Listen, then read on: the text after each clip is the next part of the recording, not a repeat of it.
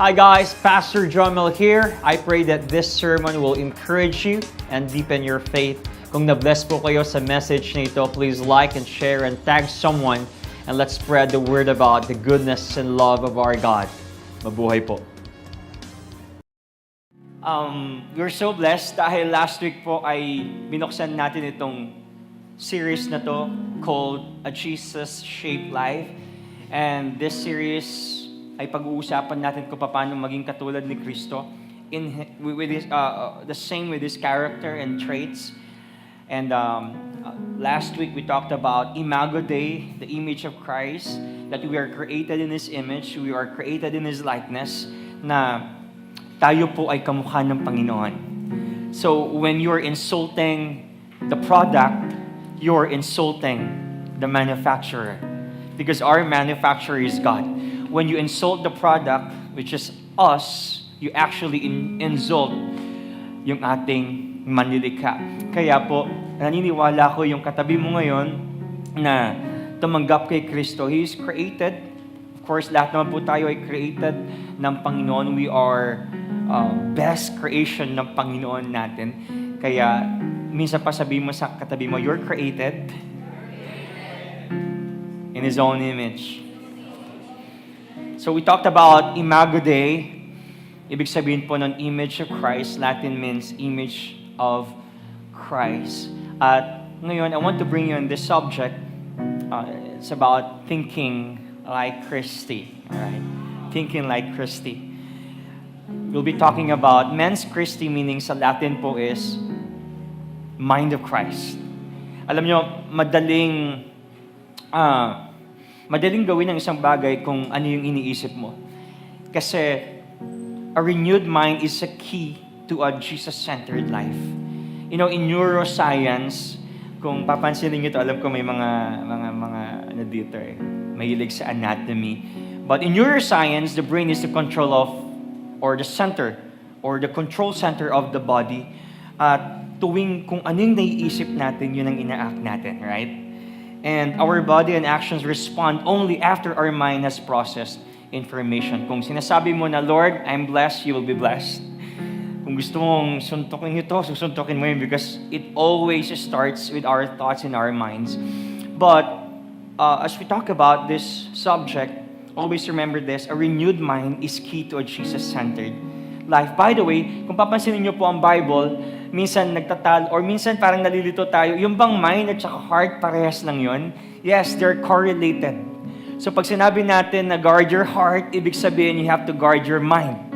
Pag sinabi natin guard your mind, you have to guard your heart. Heart and mind, they're correlated, and it means it is our inner being. Okay? Ito yung mula sa puso natin, mula sa core ng soul, and kung anong naiisip natin, yun ang nangyayari. That's why we have to guard our heart. Yes, we have to guard our mind. Not just our tongue, of course. Kasi lahat ng naririnig natin ay pinaprocess ng mind, ng heart natin, at yun ang ginagawa natin. Right? That's why in this message, we will be talking about the mind of Christ. I want to read 1 Corinthians chapter 2, verse 16. It says here, "For who can know the Lord's thoughts? Who knows enough to teach him? But we understand these things, for we have the mind of Christ." It's not hard for us to understand God's thoughts because we have the mind of Christ. Amen? Hindi mahirap intindihin yung mga binabasa natin sa Bible or yung sinasabi sa atin ng Panginoon because we have the mind of Christ. When you're excited to read the Word of God, and when you are reading the Word of God and there's so much revelation coming in your mind and in your life, it's not about you, it's about the Holy Spirit. Because the Holy Spirit reveals the Word from God. Can we just bow our heads? Lord, we thank you for today's service. Salamat po, Panginoon, dahil nandito kami lahat, dahil excited kaming makinig. And Lord, yung mapapakinggan namin ay magkakaroon ng spice, mas magiging excited kami, Lord, with the power of the Holy Spirit. So Holy Spirit, please help us to understand every word, every verse, every chapter, every point that you're going to speak to us and through us, Panginoon. Use me as your mouthpiece, Panginoon, to deliver your message well. We're so excited to listen and hear your word and apply it. This is our prayer. In Jesus' name we pray. Amen and amen and amen. Alright. Okay, tama na, Kuya Gian. Nadadala na ako. 3 things and 3 parts ang pag-uusapan po natin ngayon. And nakaka-excite dahil, alam nyo, isa sa mga parte ng buhay ko na tinatanong ko, paano kaya yung pag nagbabasa ako ng Bible, parang minsan na-overwhelm ako para isulat ito. Minsan, sa totoo lang, when you're reading the Word of God, when you're reading one chapter, ako sa totoo lang, sinasadya kong hindi siya basahin. Kasi nababaliw ako at masyado akong na-stand. Grabe, ang dami kong gustong isipin at ang dami kong gustong isulat pero hindi ko masulat dahil sobrang daming revelation ng Panginoon. And we are experiencing those things kasi masyadong maraming binibigay sa atin ng Holy Spirit. So, when you read the Bible, sometimes one verse is enough. Tama? Kaya minsan yung isang chapter hindi mo natatapos at pinagbubulay-bulayan. But this message has 3 parts. First is, we're going to talk about what it means to have the mind of Christ. Ano ang ibig sabihin ng meron tayong mind ng Panginoon. And not just that, how to have the mind of Christ. And then later on, we will be dwelling on practical steps to develop the mind of Christ. Now, let's proceed to what it means to have the mind of Christ. Now, gusto ko pong ulitin na pag sinabi nating mind, hindi ito literally brain. Okay? Though I have here a picture of brain kasi pag sinabi nating mind, parang brain ang representation and we are associated with this picture. Right? But when we talk about brain or when we talk about mind in the Bible, it's our inner being. Ito yung inner core. Ito yung nararamdaman mo na kapag nasasaktan ka, ito yung nararamdaman mo kapag natutuwa ka because it comes from within. So yun ang ibig sabihin ng mind. Now, what it means to have the mind of Christ?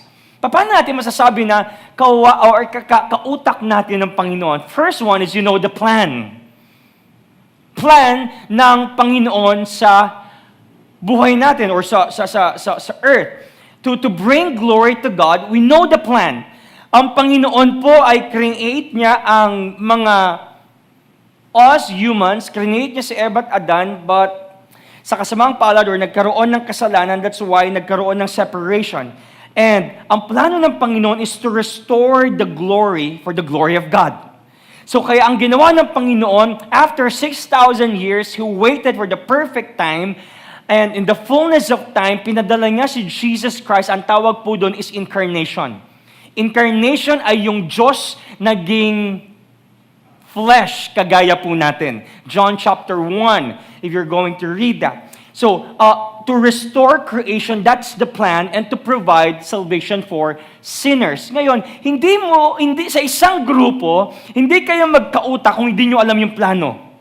And sa isang corporation, hindi kayo magkakaintindihan if you don't know the vision, the mission, and the goals. Now, this is the mind of God. The reason why here today, we're trying to know and we're trying to ask the Lord, what's the plan? And every Sunday, every D group, every day, abang lumalago po tayo, naiintindihan natin yung plano ng Panginoon. Lord, kaya po pala kayo bumaba dito, tapos namatay sa cross, tapos nabuhay muli, and then sabi sa mga disciples, go and make disciples so that they will spread the plan of Christ. So first thing to have that mind is to know the plan. And second one is to know the purpose. Simply, ang purpose ng Panginoon is to seek and save what was lost. Anong nasira? Nasira yung holiness, nasira yung righteousness. So, God restored that through Jesus Christ when He died on the cross. That you were redeemed, you were forgiven, you were loved. He gave you mercy, He showed love, and everything. That's why the moment you accepted Jesus Christ, you were saved. And then third is perspective. To have that mind like Christ, you have to have His perspective. perspective of humility. Kaya po tuwing nagiging humble tayo, kaya po tuwing nagpapakumbaba tayo, you have the perspective of Jesus Christ. You know, sa mundo po, pagalingan, papridan, paiguan, parinigan. But when you have that humility, when you have that mindset, Lord, hindi ako babawi kasi ang mindset mo, if you will be asked, for example, nasaktan ka or for example, may nangyari sa buhay mo, ang unang tanong natin is, what would Jesus do? You're familiar with this, WWJD. What would Jesus do? Kapag si Jesus kaya ay sumama sa isang grupo ng mga nagiinuman, what would Jesus do kapag umupo siya doon? Would he drink? Or makikipagsuntukan ba siya? What would Jesus do? So, if you want to have this mind of Christ, then you have to have His perspective. Second one is process. Process means you're processing all the thoughts. Lord, I know I was hurt. Lord, I know I was busy. Lord, I know I was so into my work and my study, but I want to process it. Lord, I will never forget what you've done in my life. Lord, I will prioritize you. And then that's the time you're going to possess. Ultimately, to possess Christ's mindset. So this 5, plan, purpose, perspective, process, possess. What it means to have the mind of Christ are these 5 things. Second part is how to have the mind of Christ. Papaano? Papaano po kung magkakaroon ng mind ni Kristo? Simpleng-simple. The foundation of all foundations, basic, to have salvation. Hindi po tayo magkakaroon ng kagaya ng utak ng Panginoon kung paano siya mag-isip hanggat hindi ka naliligtas. Kaya nga po ang tawag sa atin ay born again. Kasi po tayo ay born in the Spirit. Tayo ay nandito sa mundo, pero ang spirit natin ay binago ng Panginoon nung tayo ay nagkaroon ng faith sa Kanya. So to have the mind of Christ, one must first have saving faith in Christ. In John chapter 1, verse 12, but to all who did receive Him, who believed in His name, He gave the right to become children of God. Remember our previous series? Tayo po ay inadopt ng Panginoon. Now, kung ano yung meron si Kristo, meron na rin tayo. And therefore, nagkakaintindihan na kayo ng Spirit because you are born in the Spirit and you are sanctified, you are saved.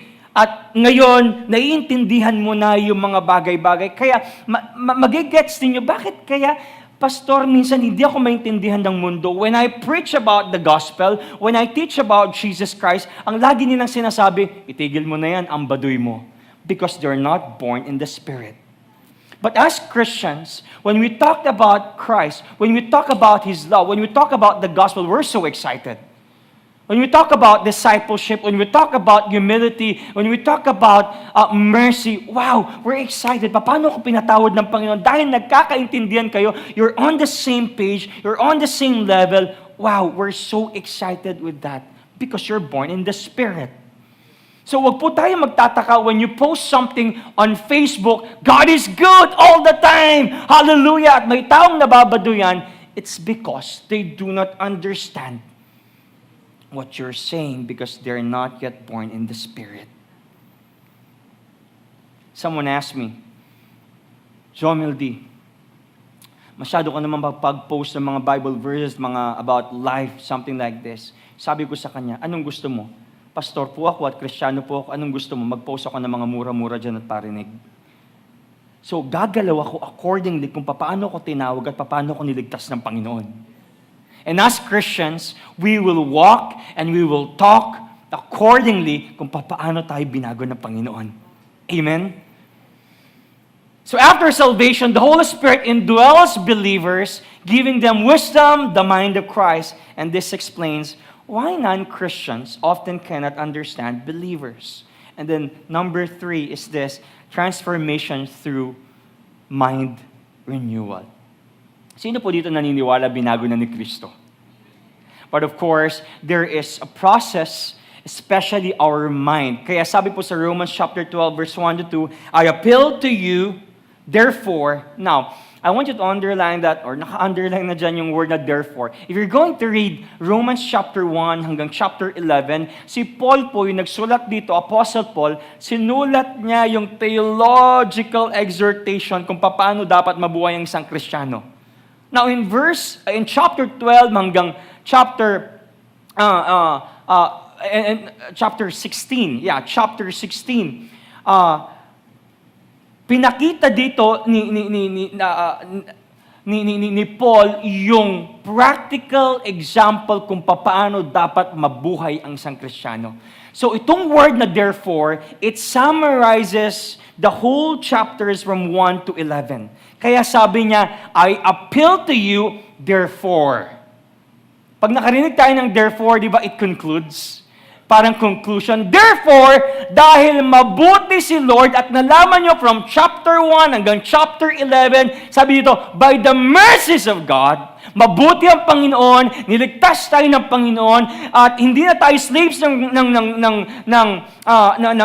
ni Satan, kundi slaves na tayo ng righteousness. And therefore, brothers, by the mercies of God, to what? To present your bodies as a living sacrifice. And how can we present our bodies as a living sacrifice? The Bible says here, do not be conformed to this world. Ano po yung world na sinasabi dito? If you're going to search and study that word world, ang sabi dito ni Paul, ibig sabihin nito, is the spirit of this age. Ibig sabihin, or popular worldview that rejects God and His revelation. Alam nyo, sa mundo ngayon, sabi ko nga sa asawa ko, sabi ko nga kay Doc Kina, alam mo, Kina, tuwing nagbabrowse ako sa Facebook, natotoxican ako. O ba't di mo pa delete? Hindi kasi may popost ako dun. Pero tuwing mag-browse ka sa Facebook, you're being inculcated with those toxic feeds.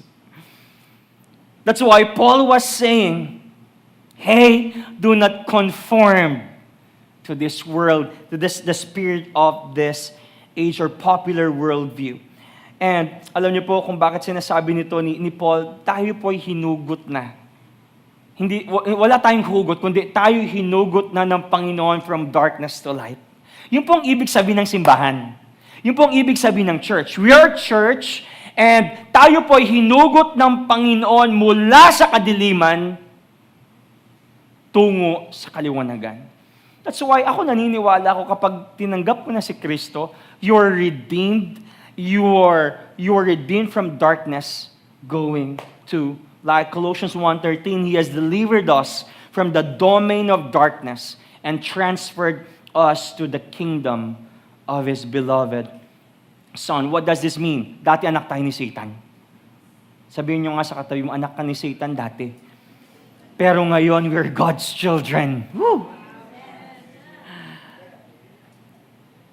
Interestingly, sabi ni Paul, what must be transformed by the renewing of our mind? Sino dito gustong maka-experience pa ng kalayaan? Actually, napalaya na tayo eh.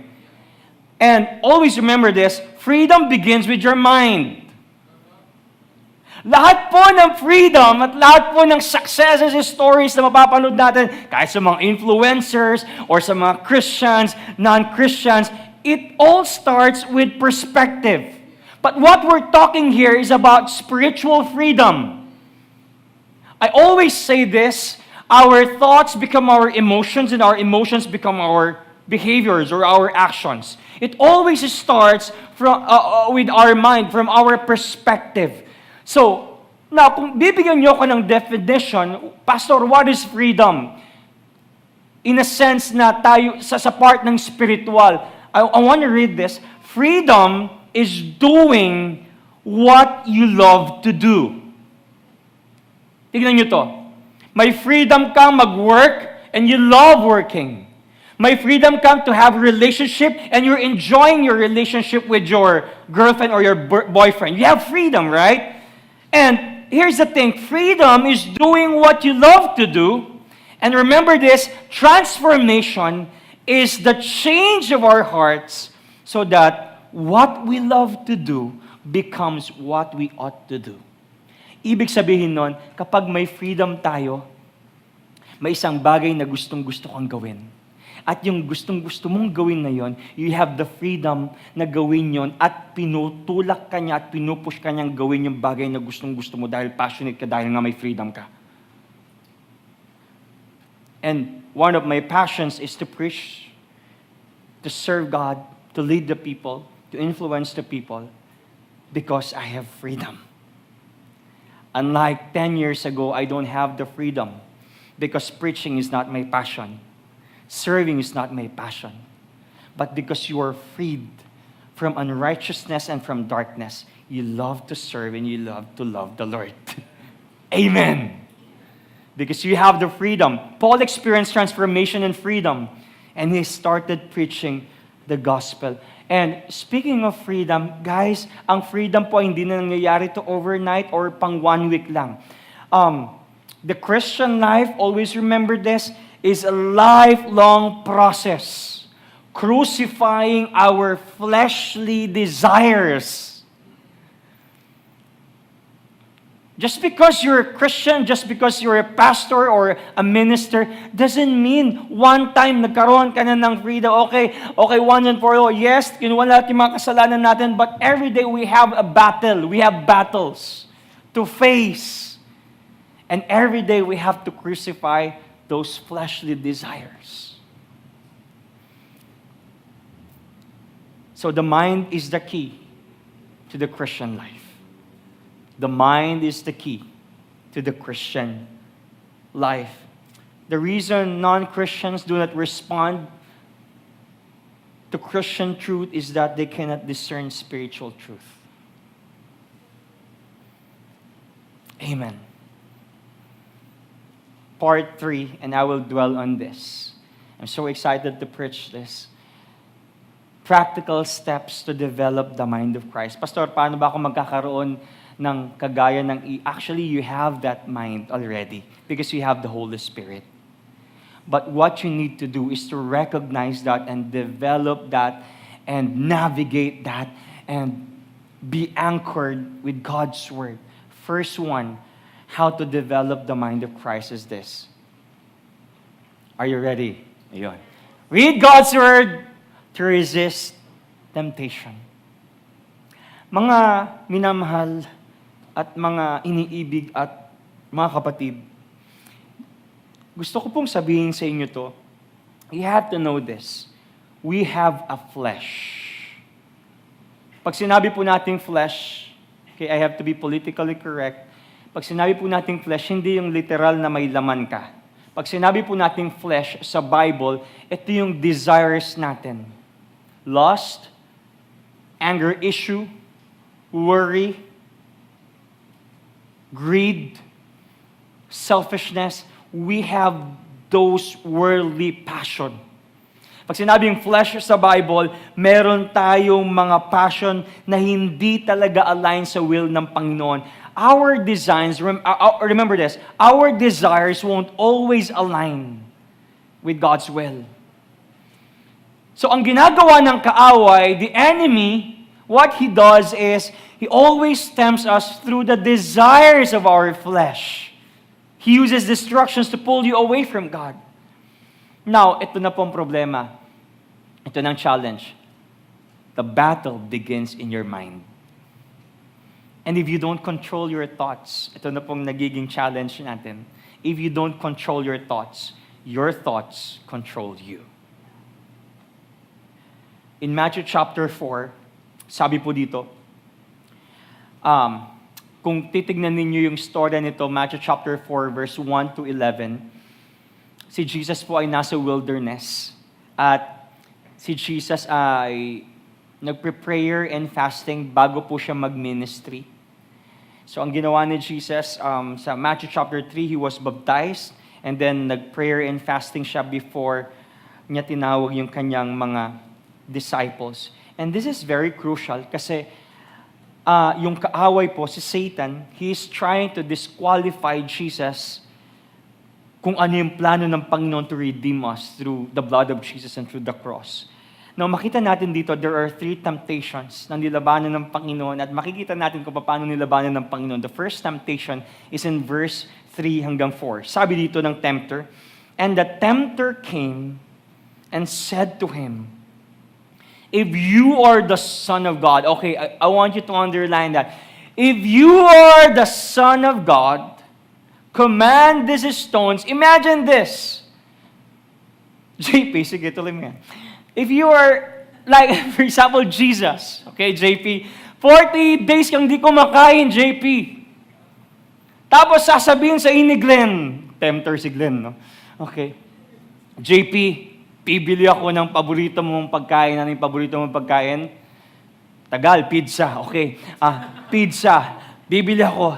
Tinatakam-takam ka niya. Sabi nung tempter na si Glenn, JP, kung talagang magaling ka at anak ka ng Panginoon, gawin mo ngang tinapay yung bato na yan. So like this, Satan said, "If you are the Son of God, command these stones to become loaves of bread." Now, gusto kong i-underline niyo po yung word na, if you are the Son of God. Alam niyo sa Satan, ang galing eh. Ang galing mag-tempt at ang galing mang-gaslight. Kasi sa chapter 3 ng Matthew chapter 3, tinawag siya ng ama na, "Alright, this is my son, my beloved son, whom I am pleased." Si Satan, tinanggal niya yung beloved. You're the Son of God. Sometimes, tinatanggal ni Satan yung identity mo na bilang anak ng Panginoon at kamahal-mahal. That's why Imago Day is very important. Our image, how we see ourselves is very important. At sabi ng Panginoon, but He answered, "It is written, man shall not live by bread alone, but by every word that comes from the mouth of God." So Jesus responds, quoting scripture in Deuteronomy chapter 8. So ang pinangsangga ni Jesus kay Satan ay ang scripture. And then the second temptation, look at this, sobrang ganda. Sobrang ganda talaga. Verse 5 to 7. "Then the devil took him." So hindi umubra si Satan. Sabi niya, gawin mo nga tinapay ang bato kung ikaw talagang Diyos. Ngayon, dinala ni Satan itong si Jesus sa pinakatuktok at pinakamataas.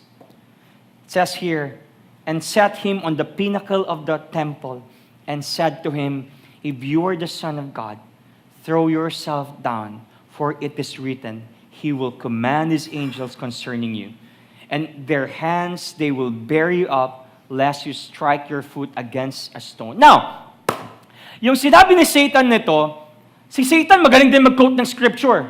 Alam niyo kung saan kinuha ni Satan yung sinabi niyang yan? Na, okay, kung ikaw nga yung Diyos, if you are the Son of God, throw yourself down, for it is written. It is written, sabi ni Satan. Ang galing mag-quote ni Satan, ni Satan din ng verses. Alam niyo saan niya kinuha yan? Psalm 91. Your favorite verse, chapter. "He will command His angels concerning you, and on their hands they will bear you up, lest you strike." Look, Jesus, kung ikaw talaga'y anak ng Panginoon, magpatahulog ka dyan at sasapuin ka ng mga angels. Gagawin mo silang parachute. At ang sabi ni Jesus, again, it is written, "You shall not put the Lord your God to test."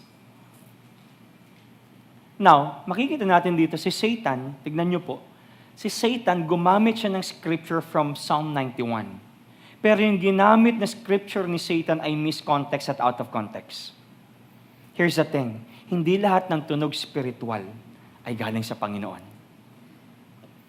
And not all behavioral are spiritual. Alam niyo, minsan nadadaya tayo ng mundo eh. Akala natin kapag mabait, spiritual na. That you can attend here on a Sunday, perfect attendance. That's behavioral. That's morally right. But the question is, are you spiritual? Or maybe you can be a good citizen of this country, Philippines, without faith.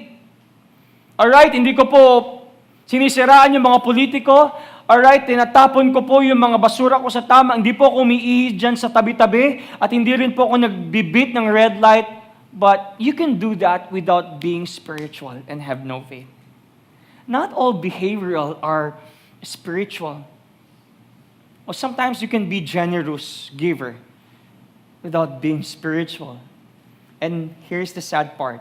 We sometimes judge good people based on their moral actions rather than their spiritual condition. The question is not just about your morality, but also your spirituality. How is our spirituality? Third temptation, verse 8 to 10. Again, the devil took him to a very high mountain and showed him all the kingdoms of the world and their glory. And he said to him, all this, sabi niyo, all this, I will give you, if you will fall down and worship me. Look at this. Even Satan can bless you. Even Satan can bless you. Then Jesus said to him, be gone, Satan. For it is written, you shall worship the Lord your God, and him only shall you serve. Now, to summarize this temptation and these passages, sabi dito ni Satan, Jesus, i-worship mo lang ako. Lahat ng nakikita mo, ibibigay ko sa'yo. Anong G's nito? Ang gustong gawin ni Satan ay magkaroon ng shortcut. Jesus, sambahin mo lang ako, ibibigay ko ng buong mundo sa'yo. Huwag ka nang dumaan sa cross. Huwag ka nang manalangin, huwag ka nang mag-minister, huwag mo nang turuan yung mga disciples na mag-minister. Sa'yo na lahat yan, i-worship mo lang ako. And Satan said to Jesus, just bow down and worship me. At lang sabi ng Panginoon, for it is written, you shall worship the Lord your God, and him only you serve. Guys, underline that word, that phrase, all this I will give you. All this I will give you, Satan said, but this was a lie. Always think of this, even good things can lead to destruction. Even good things can lead to destruction if they're not God's purpose for us. Here's my question.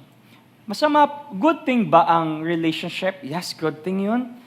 Good thing ba ang work? Yes, good thing yun. Good thing ba ang property? Yes, good thing yun. Good thing ba ang achievements and titles and possessions? Ministry? Yes, there are good things. But sometimes, nagiging bad ang mga good things kapag hindi align sa purpose ng Panginoon. The purpose of God ay si Jesus Christ ay kailangan dumaan sa proseso, paghagupitin at mamatay sa cross, kailangan may dumanak na dugo para tayo mapatawad, yun ang proseso. But the devil wants to say to Jesus, you want shortcut? Ayaw mo nang mahirapan? Alright, just worship me. Riches, work, properties, even relationships, they're all good. But just because it is good doesn't mean it is God's will for you. John 8:44. Look at the tempter and look at the promiser. Nagbigay ng promise. He was a murderer. This is Satan. This is taning. From the beginning, not holding the truth. For there is no truth in him. When he lies, he speaks his native language. For he is a liar and the father of all lies. Satan said, hey, Glenn, just bow down and worship these idols and I will give you these things. Madalas, nadadala tayo doon sa mga matatamis na pangako ni Satan, but those are lies. If we can trust Satan with those idols, if we can trust Satan with those filthy promises, why don't we trust God? Seek me first and all these things shall be added unto you. Why we settle with Satan's promises? Akong bahala sa'yo. Sige na, masarap ito. Tikman mo lang ito. But at the end of the day, you see yourself falling apart, broken. But there is a promiser who never changed. And that is God. Sabi ng Panginoon sa Matthew 6:33, seek ye first the kingdom of God, and all these things shall be added unto you. And in Matthew chapter 4, verse 11, then the devil left him, and behold, angels came and were ministering to him. Alam niyo po, puno ng pollution ng mundo. And the only thing that can resist that and verify if it's true or not, it's the Word of God. You have to have that, you want to have that mind of Christ, then you have to read God's Word. Because we have to be sanctified with His Word. John 17:17.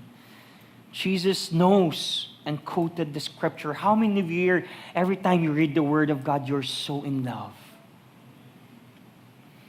Or parang pag nagbabasa ka ng Bible, boring na boring ka na. Alam niyo po, ang suggestion ko, before you read the scripture, you have to pray sa ating Panginoon. Lord, can you just reveal, Holy Spirit, help me to reveal your word. And then when you read the scripture, memorize it. Because Jesus memorized the scripture. Hindi po geologs na old ways ka pa rin, may ChatGPT na ngayon, I have my cell phone. No, Jesus memorized the word. At ang magandang gawin natin when we read the word of God, use this as your prayer.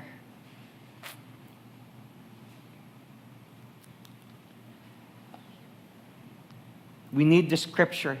Dahil every day po, there's a battle. Battle of worry. Battle of lust. Battle of anger. Battle of selfishness. Battle of anxiety. That's why we need the power of the Holy Spirit. Galatians 5:15, so I say, walk by the Spirit, and you will not gratify the desires of the flesh. Alam niyo pong ibig sabihin ng gratify? Gratify means indulge, please, and yung sobrang excited ka. Gratify means you are so into it. Gratify means you are so excited to gawin yung mga bagay na hindi naman dapat gawin. That's why you need the power of the Holy Spirit. Why? Why you need the power of the Holy Spirit? Because the Holy Spirit hates sin. And when you have the Holy Spirit, there's a conviction and there's a correction. Oops, Jomel, hindi maganda yan. You're lusting. Oops, Jomel, hindi yan. You are being greedy. Or, Jomel, hindi maganda yan. Kasi ganito yan, mapapahamak ka dyan. So you need the power of the Holy Spirit. Hindi po natin kayang talunin ang tukso ng laman sa sarili nating lakas o laman sa laman. Kailangan natin ng lakas mula sa kapangyarihan ng banal na Espiritu. Amen. Amen. So number 2, I want to highlight, you have to rely on the Holy Spirit to reveal deep things. Alam niyo po, maganda, we have to be dependent sa Holy Spirit. We have to seek His strength. We have to seek His revelation through prayer. Sino dito confident ngayon sa lahat ng ginagawa niya sa buhay? Wala kang iniisip, Lord, I'm so confident. Hindi yung confidence na arrogance, kundi yung confident ako, Lord, ngayon kasi I know my identity in you. You know, ako, I like driving. Sino po dito marunong mag-drive? Okay? Sino dito mahilig mag-drive? Yung iba kasi marunong pero hindi mahilig mag-drive. May kilala akong ganyan. Nakaupo sa harap. Okay. Alright. Ako mahilig ako mag-drive. Tuwing pumunta kami sa Manila, sabi ko sa pamilya ko, mga tropa, guys, pag-drive nyo na ako maghapon, wag lang akong uupo. Kasi sumusumpo yung ADHD ko pag nakaupo lang ako. Gusto ko may ginagawa. Naiinip ako pag nakaupo lang. Ayoko natutulog sa biyahe, pero gusto ko nagda-drive. So, Ako mahilig ako mag-drive at medyo lumaki naman ako sa Manila, 10 years tayo doon, Doc Josh. Alam natin yung pasikot-sikot, some of the roads I know them, some of the streets familiar ako. So I have confidence na mag-drive doon. Okay, alam ko to, pamunta dito sa Sampaloc, may memorize ko yan. Punta akong Pasay, memorize ko yan. Punta ako dito sa Makati, I know. Okay, punta akong BGC, somehow familiar ako dyan. Pero, ang lakas ng loob ko kapag merong Waze. Alam niyo yung Waze? Hindi yung waste of time. Kasi minsan nagkakamali siya. Yung waste, bago ako mag-drive, okay, sa set ko, punta kami sa BGC, though I know the place. But sometimes, alam nyo, sa sobrang confident natin, as Christians, kasi parang nire-relate ko yung ways sa Holy Spirit eh. Minsan sa sobrang confident natin na, Lord, alam ko na tong ministry na to. Yung Matthew 4, hindi ko na pinakinggan si pastor doon. Napaulit-ulit ko na yung kwentong yun eh. Hindi ko na kailangan basahin yun. Memorize ko na yan. But I just realized, even though you know what you're doing, you know what you're preaching, you know your ministry, you still need the power of the Holy Spirit. I need ways still, even though napupunta ako doon at alam ko at familiar ako doon sa lugar, kasi ide-direct ka niya doon sa mga walang mga traffic. So with the power of the Holy Spirit, even though you know what you're doing, God will empower you and reveal the deepest secrets that you still don't know. What we read, Matthew 4, ilang beses ko na pong preach yun. You heard that several times. And you did not listen even. Sabi mo, alam ko na yan. Tignan mo siya, sabi ni pastor, yun. Memorize ko na yan. But ang maganda kapag may Holy Spirit, He reveals deep things. Yung mga malalalim na at hindi mo pwedeng ikwento at ikalat ang isang bagay kung di mo alam yung plano at yung purpose. Pag nagchichismisan kayo, ang sarap i-chismis at i-post sa Facebook kapag alam mo yung nangyari talaga. Alam niyo ba yung chismis ngayon? Si Bini Aya, confirm, di ba? Sila na ng basketball player ng rain or shine. When you know the plan, when you know the purpose, when you know the perspective, ang sarap i-chismis. Now, when you know God's Word, when you know the deep things, you are confident and you are so excited to preach the Word of God because the Holy Spirit revealed that Word to you. So you need the power of the Holy Spirit. 1 Corinthians 2:7, look at this. But we impart a secret and hidden wisdom of God, which God decreed before the ages for our glory. Now, sabi dito, but we impart a secret. Sino yung mga nag-i-impart? Yung may salvation, yung may Holy Spirit. And yung wisdom na binabanggit po dito is centered in Christ. Most of the time, bakit wala tayong ma-preach? Because you don't know deep things. You don't know the word and secret. Ibig sabihin ng wisdom of God is, you know the plan of God mula doon sa creation, there was fall, and then naghintay ang Panginoon ng 6,000 years, and then there was incarnation, and there was crucifixion, and then there was resurrection, and there was resurrection, and then there was ascension, and there will be glorification, and you know all these plans. This is what the Bible says. Sino nakakaalam nito? Can the manginginom can know this? No, they can't. Only Christians.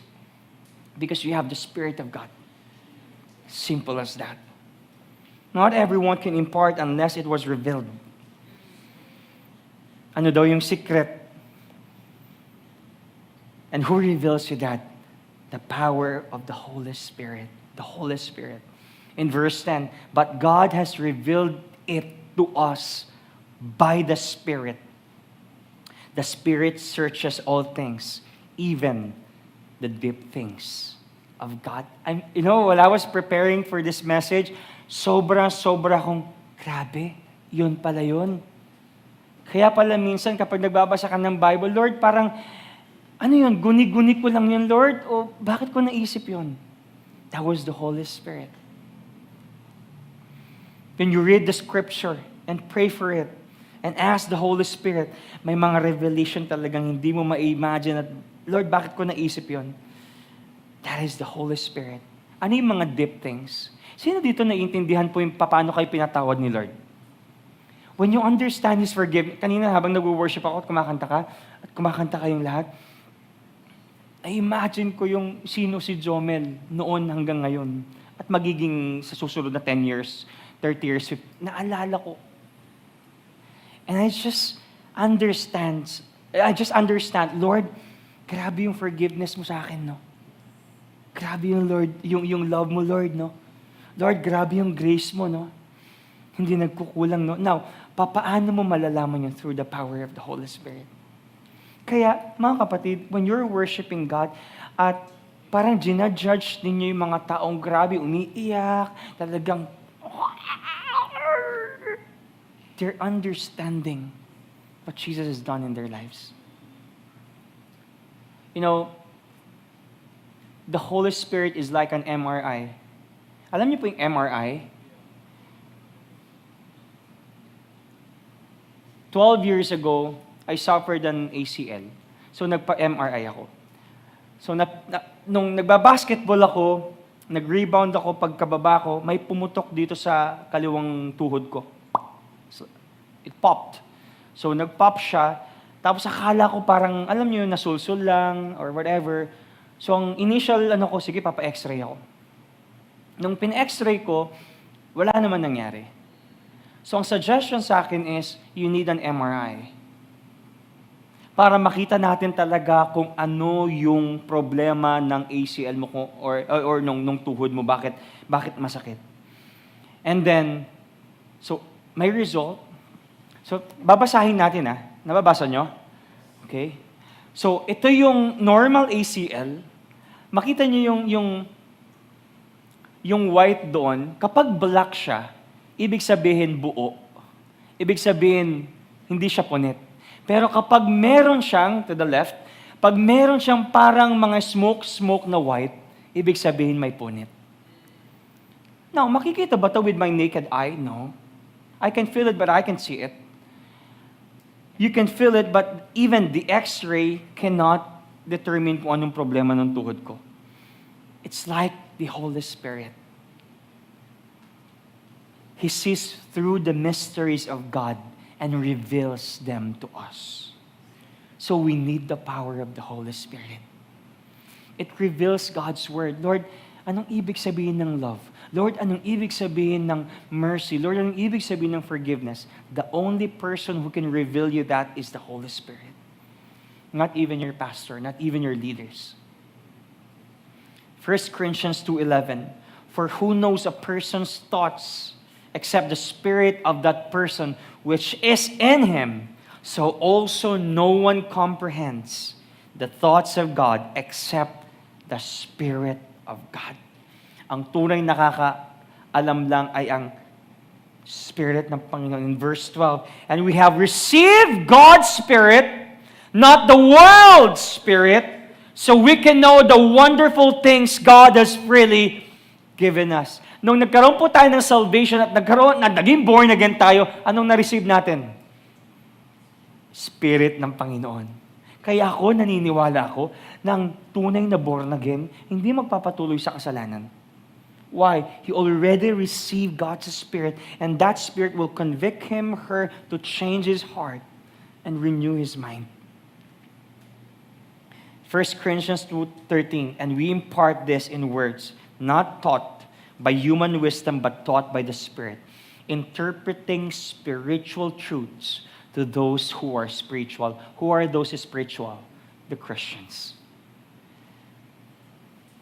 Verse 14, but people who aren't spiritual, tignan nyo to, sa ibang term, the people who are natural can't receive these truths from God's Spirit. It all sounds foolish to them, and they cannot understand it, for only those who are spiritual can understand what the Spirit means. When we're talking about God's Word, when we're talking about the gospel, when we're talking about the wisdom, the deep things, Pag sinabi mo yan sa mundo, ano naman yung sinasabi mo? Kaya minsan, when you're correcting the world, ang mundo po kasi may dalawang gender lang na ginawa ang Panginoon. That's deep things. That's the word that is in the Bible. Male and female. And when you post that on social media, on Facebook, you will be bashed because they don't get it.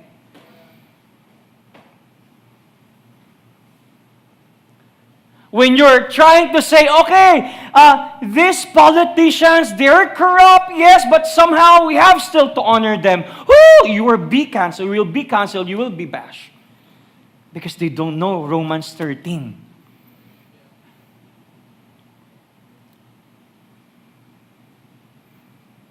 I saw this post. Shinare ko sa GC. Okay lang daw na makipag-live-in kahit at least 1 to 2 years. At yung nag-post at nag-repost, oo nga, totoo ito, may point siya. At pag kinorek mo yan, sabihin mo, this is not what the Bible says. This is what we call fornication. This is adultery.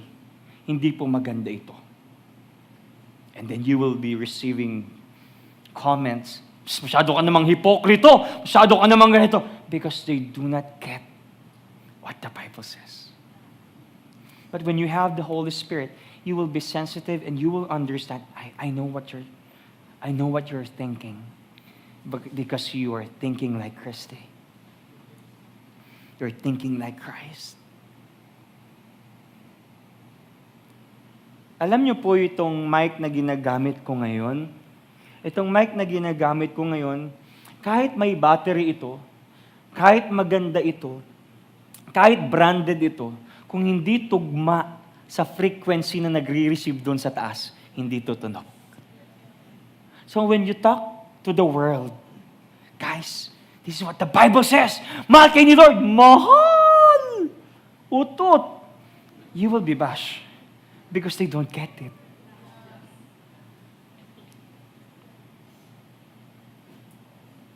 Love one another. Protect one another. Utot. Because they don't get it. But as Christians who are spiritual, the Bible says, we understand it. So guys, kasama po sa buhay ng isang Kristiyano ang ma-persecute. Kasi nga, hindi nila magets yung sinasabi ng Bible na pinadaan sa iyo ng Holy Spirit to them. So when you are being persecuted, sabihin mo sa sarili, you're the man. Ay, iba pala yun. Okay. Si Nathan pala yun, tsaka si David yun, delegado yun. Thank you, Lord. I'm doing good. Alright, I'm doing good. John 16:13, tignan niyo po to. When the Spirit of truth comes, He will guide you into all truth. Why? Because you have the same frequency. You understand Jesus Christ because you have the Holy Spirit. Amen. Third point, last 2 points, and run lang natin ito, mabilis na lang ito. Last 2, number 3, reinforce your faith through fellowship. Amen. Paano ma-develop ang pagiging, alam niyo yung mind ni Christ, is to reinforce your faith. Sino po nag-enjoy kapag may ka-fellowship siya? Amen. Alam niyo, isa sa mga hobbies ko to magkaroon ng fellowship eh. Fellowship dito, wala ka ng pera, pagod ka na, sige, let's go! Wow. You know, alam ko po yung iba dito, introvert. May mga introvert po ba dito? Extrovert, meron? Extroverted. Okay?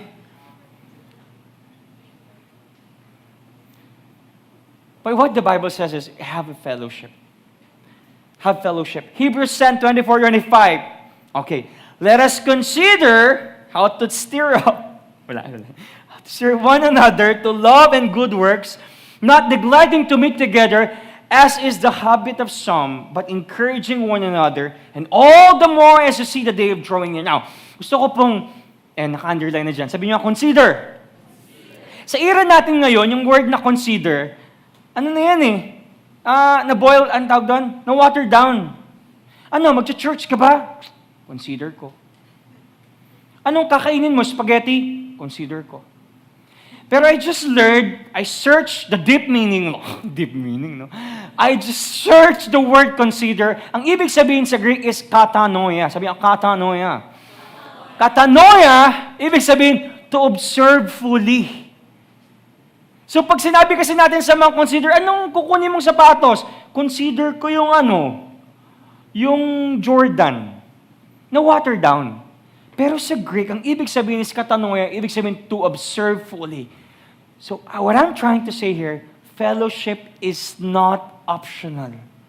We have to observe it fully.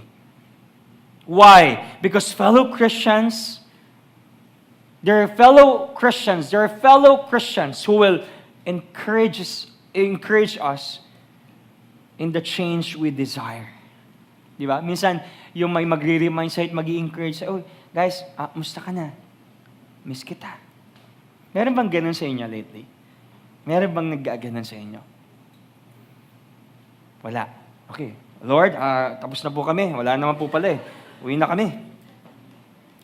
Who pray for us, who are with us, and who will ask us in love how we are doing. Amen?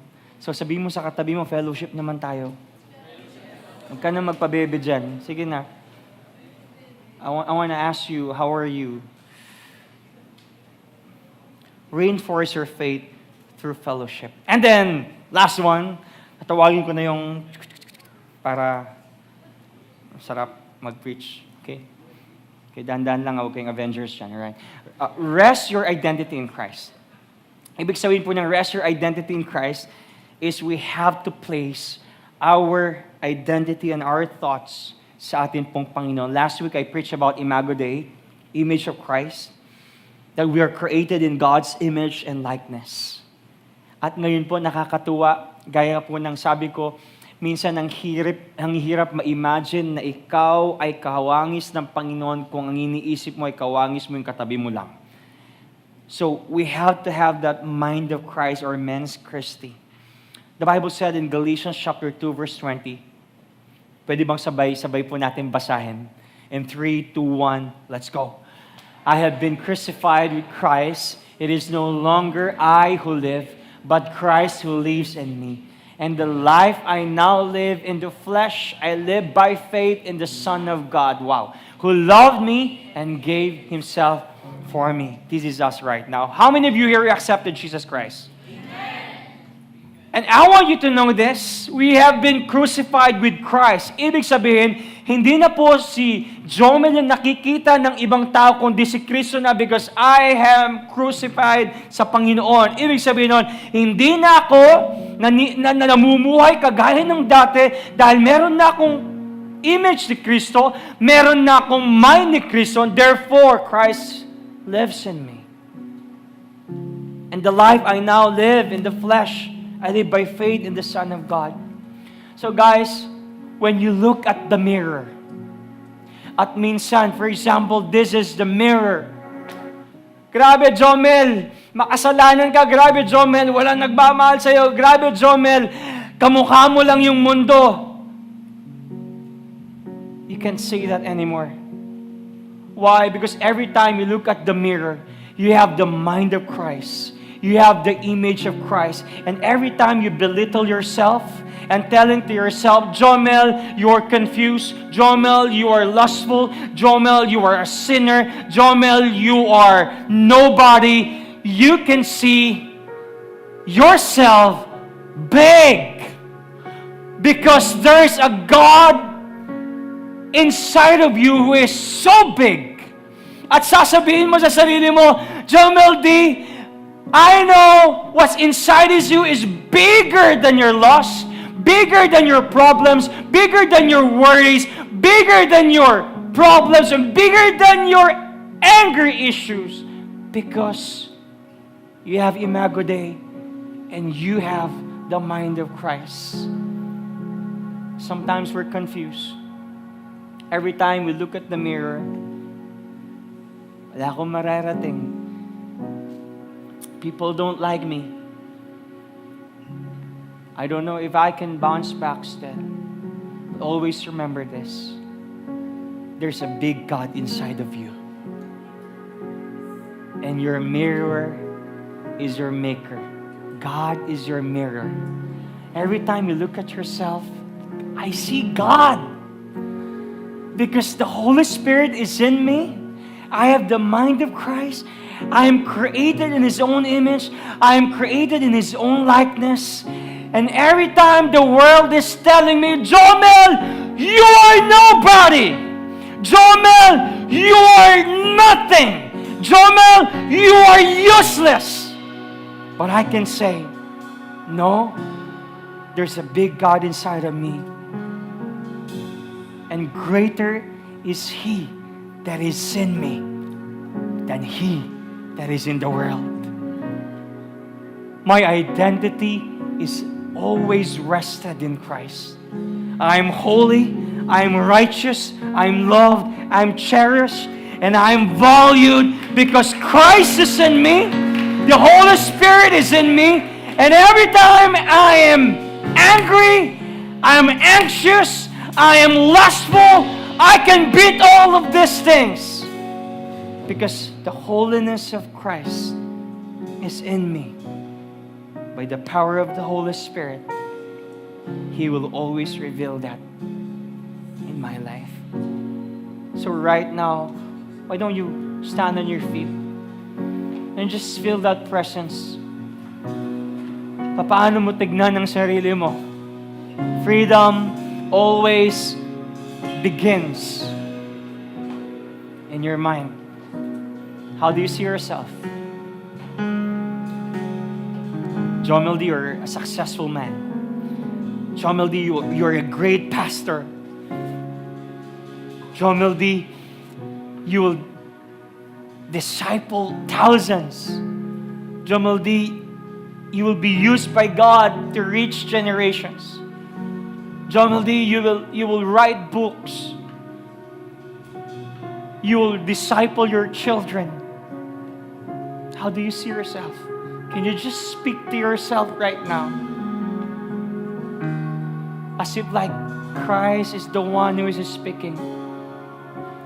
If you feel that you are unloved, if you feel that you are confused, and you have those thoughts of belittling yourself, Kina, I love you. Kina, hey, you will be a great dentist. Kina, hey, you will raise children and you will be a great Lola. Can you just speak that? Those things, those good words. Speak it to yourself. Speak those things sa buhay mo. Come on, together. How do you see yourself? Tinitignan mo ba yung sarili mo kung paano ka tignan ni Kristo? If it's not, start declaring it. Hallelujah.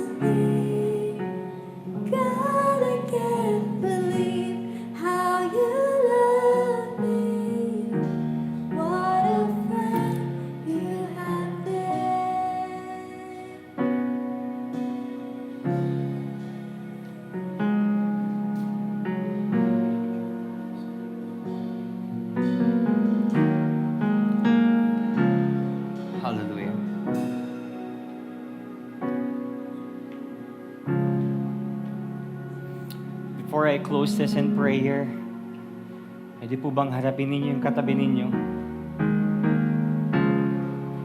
And can you speak something good about him, her?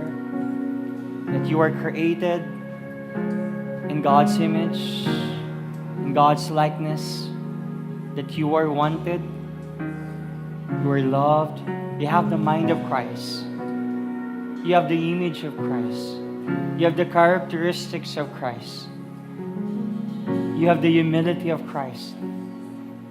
And speak something about him. You will be a great dentist, you'll be a great mother, you'll be a great minister, you will be a great follower.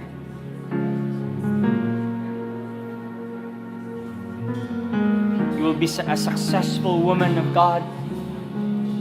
You will be joyful. You will be faithful to serve him forever. You will be patient. You will be a servant of the Most High God forever and ever. And you will experience the things that you've never experienced before.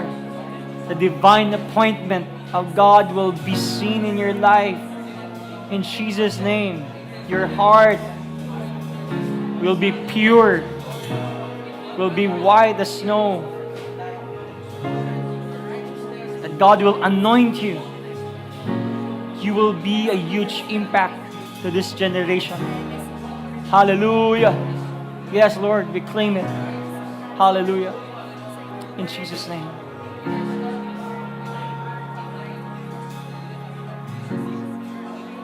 Hallelujah. Thank you, Lord.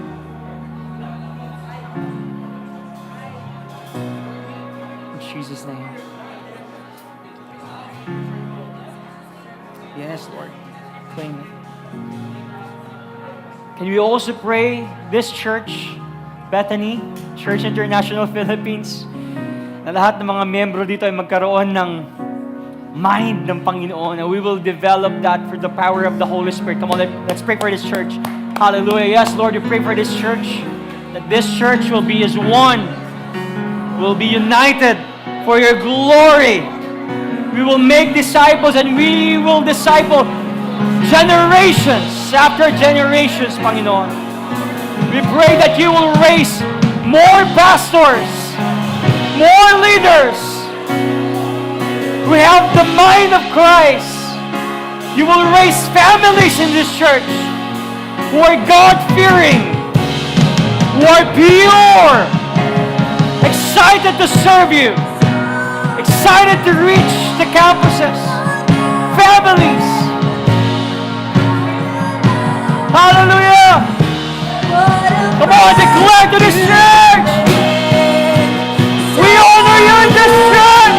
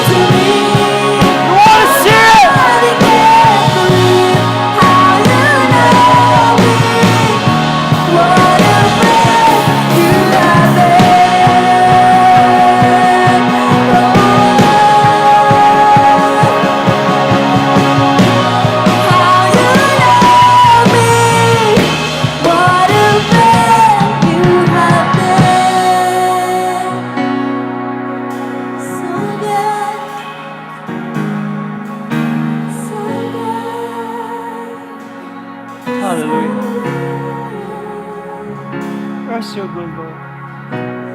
Oh God, we thank you for your word. Thank you for this wonderful moment. Thank you for this wonderful church. Thank you for using this church, Lord. Holy Spirit, to revive our hearts and to set our minds on the things that are above, Lord, and not earthly, not materially, Panginoon.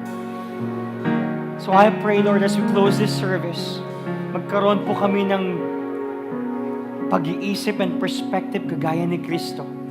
And Holy Spirit, help us. And I pray, Lord, that this church will raise more pastors, will raise more families who are God-fearing, who are excited to preach the gospel. More leaders to come because you're the one who sends your laborers, Panginoon. The right people, Lord. Revive our hearts. Revive our perspectives and our deepest thoughts na manggagaling po sa inyo, Lord. So I pray and we bless every kabataan na nandito, every magulang, every worker, every minister, every pastor, every leader, every coach, Panginoon. And to all our viewers, the anointing of God will be felt sa kanilang mga kinatatayuan at sa kanilang lugar. So Lord, we honor you. We bring back all the glory, praises, honor sa inyo lamang po. At lahat magsabi na malakas na amen.